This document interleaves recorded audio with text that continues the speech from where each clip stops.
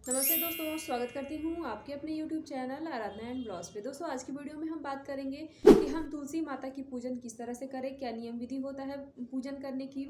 और रविवार के दिन, एकादशी व्रत के दिन और मंगलवार के दिन हम जो है तुलसी माता में पूजा नहीं करते हैं, तो हमें किस तरह से पूजा करना चाहिए उन दिनों में जिन दिनों में हमें पूजा नहीं करना चाहिए, यानी कि रविवार के दिन, मंगलवार के दिन, एकादशी के दिन हम माता तुलसी की पूजा नहीं करते हैं, तो भी हमें उस दिन किस तरह से पूजा पाठ करना चाहिए। क्योंकि हमारे शास्त्रों में, हमारे हिंदू धर्म में ऐसी मान्यता है कि अगर हमारे घर में तुलसी पौधा है, और जो कि हर सनातनी के घर में, हर हिंदू के घर में, हर सुहागिन महिला के घर में तुलसी माता होती ही होती हैं। अगर तुलसी माता हमारे घर में है तब बिना एक दिन भी पूजा किए आप नहीं रख सकती हैं। तो ऐसे में आपको जिन तिथियों में पूजा नहीं करना चाहिए, उन तिथि में भी पूजा किस प्रकार से करना चाहिए, किस विधि से करना चाहिए, इसको जानेंगे इस वीडियो में। और साथ में हमें फेरी कितना लगाना चाहिए, भोग हमें क्या लगाना चाहिए, भोग लगाते समय हमें किन बातों का ध्यान रखना चाहिए। तो चलिए दोस्तों, बिना देरी के वीडियो को शुरू करते हैं और जान लेते हैं सारी जानकारी को। तो देखिए दोस्तों, तुलसी माता की महिमा बहुत है, लेकिन तुलसी पूजन के कुछ नियम भी होते हैं, हमें किस तरह से पूजन करना है। तुलसी पूजन जो है, हम जो सुहागिन महिलाएं होती हैं उनको कभी भी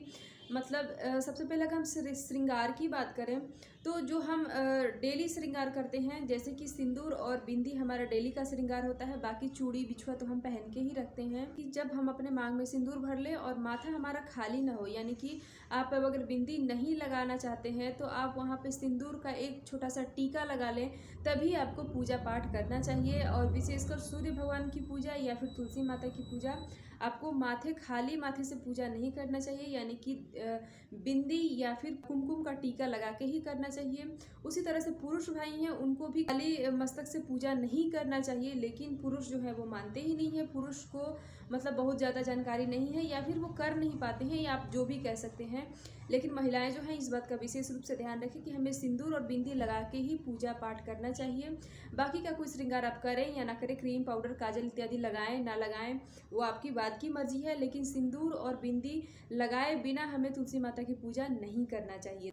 और सिंदूर बिंदी लगा के ही आपको तुलसी माता का पूजन करना चाहिए। अब हम बात करते हैं कि तुलसी माता की पूजन में हमें किस तरह से करना चाहिए। तो देखिए दोस्तों, सबसे पहले आप एक साफ़ सुथरा लोटा ले लें। लोटा में आप साधारण जल ले लें, आप चाहे तो गंगा जल भी डाल सकते हैं। और उसमें क्या करें, आपकी थोड़ा सा कुछ मीठा डाल लें, अक्षत डाल लें। दीपक प्रज्वलित करने के लिए आप एक दीपक ले लें, बाती ले लें, और उस आपको घी से प्रज्वलित करना चाहिए, या फिर आप तिल के तेल से भी प्रज्वलित कर सकते हैं दीपक। आप चाहें तो एक आसन भी ले सकते हैं, ठीक है। तो इस तरह से आपको चीज़ें तैयार करके रखना है, और फिर आपको तुलसी माता के पौधे के पास, गमले के पास हमें जाके पूजा करना चाहिए।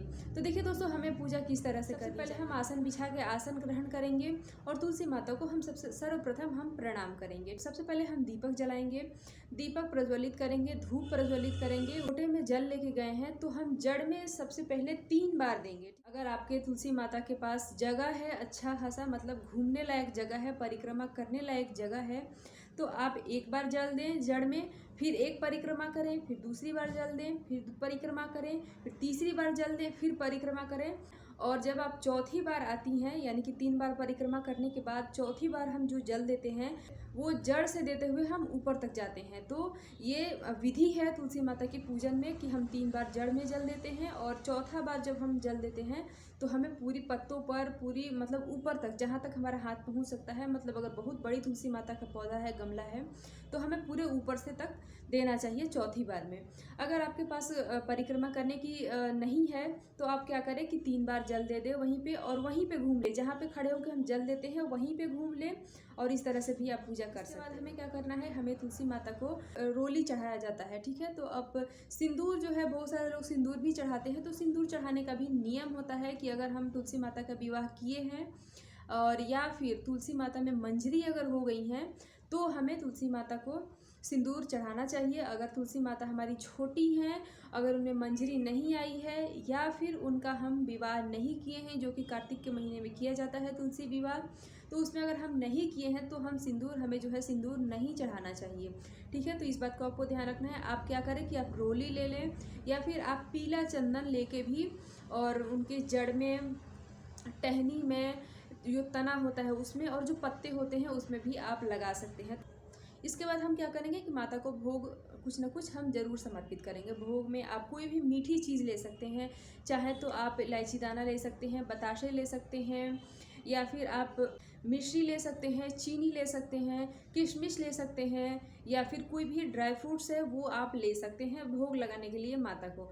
लेकिन भोग लगाते समय हमें इस बात का विशेष रूप से आपको ध्यान देना है कि हम जो भोग लगाते हैं वो किसी न किसी पात्र में लगाएं, किसी न किसी कटोरी में, प्लेट में लगाएं, क्योंकि जो भी हम मीठी चीज़ें चढ़ाते हैं उसमें चींटियाँ लग जाती हैं। तो अगर हम जड़ में कोई भी चीज़, जैसे कि मिश्री है, चीनी है, अगर हम जड़ में रख देते हैं या गमले के ऊपर रख देते हैं तो क्या होता है कि चींटियाँ आके लग जाती हैं और इससे आपकी तुलसी माता जो है वो सूख जाती हैं। तो इस बात को आपको ध्यान रखना है कि आप किसी न किसी पात्र में लगाएं भोग। दीपक की बात करें तो दीपक जलाते समय आसन हमें ज़रूर देना है। चाहे हम कहीं भी दीपक जलाते हैं तो उसमें आसन हमें ज़रूर देना चाहिए। तो इसमें आप फूलों का आसन दे सकते हैं, या फिर चावल का आसन दे सकते हैं, या फिर आप एक लकड़ी का छोटा सा टुकड़ा रख दें और उसी पे आप दीपक रख दें। तो इस तरह से भी आप लकड़ी के पाटे का भी आसन दे सकते हैं। दोस्तों महत्वपूर्ण बात यह है कि हम क्या रविवार के दिन, मंगलवार के दिन, या फिर जिन तिथियों में हम पूजा नहीं करते हैं तुलसी माता की, उन तिथि में हम पूजा किस तरह से अगर हम रखे हैं तो हमें हर दिन पूजा ज़रूर करना चाहिए। तो देखिए दोस्तों, रविवार के दिन हो या फिर मंगलवार का दिन हो या फिर एकादशी का दिन हो या फिर कोई भी ऐसी तिथि है जिसमें हमें पूजा करना तुलसी माता की वर्जित होता है, तो ऐसे में हमें क्या करना चाहिए कि दूर से ही दीपक दिखा देना चाहिए। उसमें जल या फिर भोग हमें नहीं दिखाना चाहिए, नहीं लगाना चाहिए, या और हमें उनको छूना नहीं चाहिए। जिन तिथि में हम पूजा नहीं कर सकते हैं उन तिथियों में सिर्फ आपको क्या करना है, आप दीपक दिखा सकते हैं और धूप दूर से ही दिखा सकते हैं, या फिर वहाँ भी रख के हम प्रज्वलित कर सकते हैं। लेकिन आपको इस बात का ध्यान देना है कि हमें कुछ भी भोग नहीं लगाना है और हमें कुछ भी जल उसमें हमें समर्पित नहीं करना है। बस इन बात का ध्यान रखना है और साथ में हमें उन्हें स्पर्श भी नहीं करना। एक महत्वपूर्ण और बात है कि जैसे कि हम तुलसी माता रखे हैं अपने घर में, तो क्या करते हैं कि हम तो हर दिन दीपक प्रज्वलित तो करते ही हैं। तो ऐसे में हमें क्या करना चाहिए कि हम जो मिट्टी का दीपक होता है, तो आप इस बात का ध्यान रखें कि अगर आप मिट्टी का दीपक लेते हैं तो आपको एक बार ही मिट्टी का दीपक यूज़ में आता है। आप क्या करें, अपनी सुविधा के लिए ये काम कर सकते हैं कि कोई स्टील का दीपक या फिर पीतल का दीपक आप ले सकते हैं। प्रतिदिन दीपक प्रज्वलित करने के लिए मिट्टी का दीपक हमें 2 बार नहीं जलाना चाहिए, ठीक है। और अधिकतर मंदिरों में भी यही गलती बहुत सारे लोग करते हैं कि मंदिर में कोई एक आदमी दीपक प्रज्वलित करके गया है तो उसी में क्या करते हैं कि जो जली हुई बाती है वो हटा देते हैं और क्या करते हैं कि उसमें अपना घी और बाती रख के हम प्रज्वलित कर देते हैं। तो ये गलती भी हमें भूल के भी नहीं करना चाहिए। दीपक मिट्टी का अगर हो तो उसको एक बार ही यूज में लाना चाहिए, चाहे आप घर पे पूजा करते हैं चाहे आप मंदिर में पूजा करते हैं। तो आप एक सेपरेट मतलब खरीद सकते हैं दीपक सिर्फ तुलसी माता के पास प्रज्वलित कर। तो एक विशेष महत्वपूर्ण बात यह है कि हमें तुलसी माता के गमले में कभी भी शिवलिंग को या फिर शिव परिवार के किसी भी सदस्य को हमें नहीं रखना चाहिए। और अगर पूजा की बात करें तो हमें, अगर घर में बहुत सारे लोग जो हैं पार्थिव शिवलिंग बना के पूजा करते हैं तो ऐसे, या फिर अगर जिनके घर में शिवलिंग है वो अलग से पूजा करते हैं, तो जो भी पानी बचता है, जो जल बचा है, जो हम अभिषेक किए हैं, जो भी जल बचा है, उस जल को हमें कभी भी तुलसी माता के गमले में नहीं डालना चाहिए। तो आशा करती हूँ दोस्तों कि ये तुलसी माता से संबंधित पूजा की जानकारी कि हमें तुलसी माता की पूजा किस तरह से करना चाहिए और किन बातों का विशेष रूप से ध्यान रखना चाहिए, इस बातों की जानकारी आपको अच्छी लगी होगी। अगर इससे संबंधित आपको मन में कोई सवाल है तो आप कमेंट ज़रूर करें। तो दोस्तों मिलते हैं इसी तरह से एक और नए वीडियो के साथ, तब तक के लिए हर हर महादेव।